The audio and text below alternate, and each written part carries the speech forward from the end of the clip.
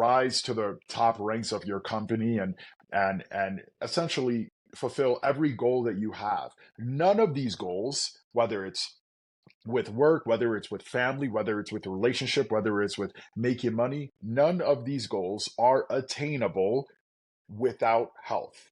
If your health is not there, and granted, remember what we talked about earlier, right? Your health can be there, but if I were to look at and check various biomarkers and various anthropometrics, I would tell, oh wow, like this person is actually slowly getting worse. If I just look at Mhm. the holistic aggregate data picture. So somebody can be healthy and actually be getting worse, where they're basically what they're actually doing is taking years off their life. Even though his case is sad to talk about, but it's Steve Jobs, who died very young of pancreatic cancer, I believe.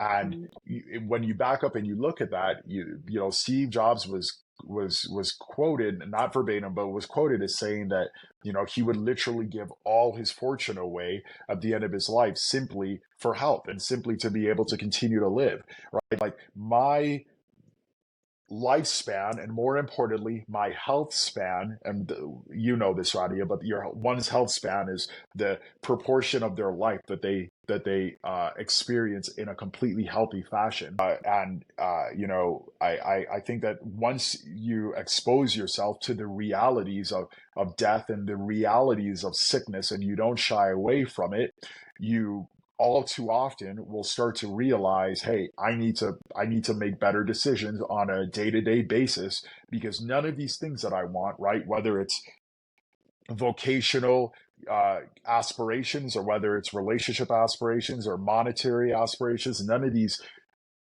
goals that you have are going to be attainable if your health is not only in a place where it's good health, but ideally, and you know this as my client, but I want us all to be in a place where we're actually experiencing improvement. But I think we basically need to realize we're not immortal. If you're not a doctor, you're not in the healthcare field, you can still see these people. Whether it's sometimes it's your family, and God forbid, but sometimes it's your family members who are very unhealthy, and hopefully that opens your eyes to prioritizing your own health. But even if everyone in your family is healthy for one reason or another, you can still expose yourself to people who are sick, people who are dying, and that will usually recalibrate your mind enough to say, this is important.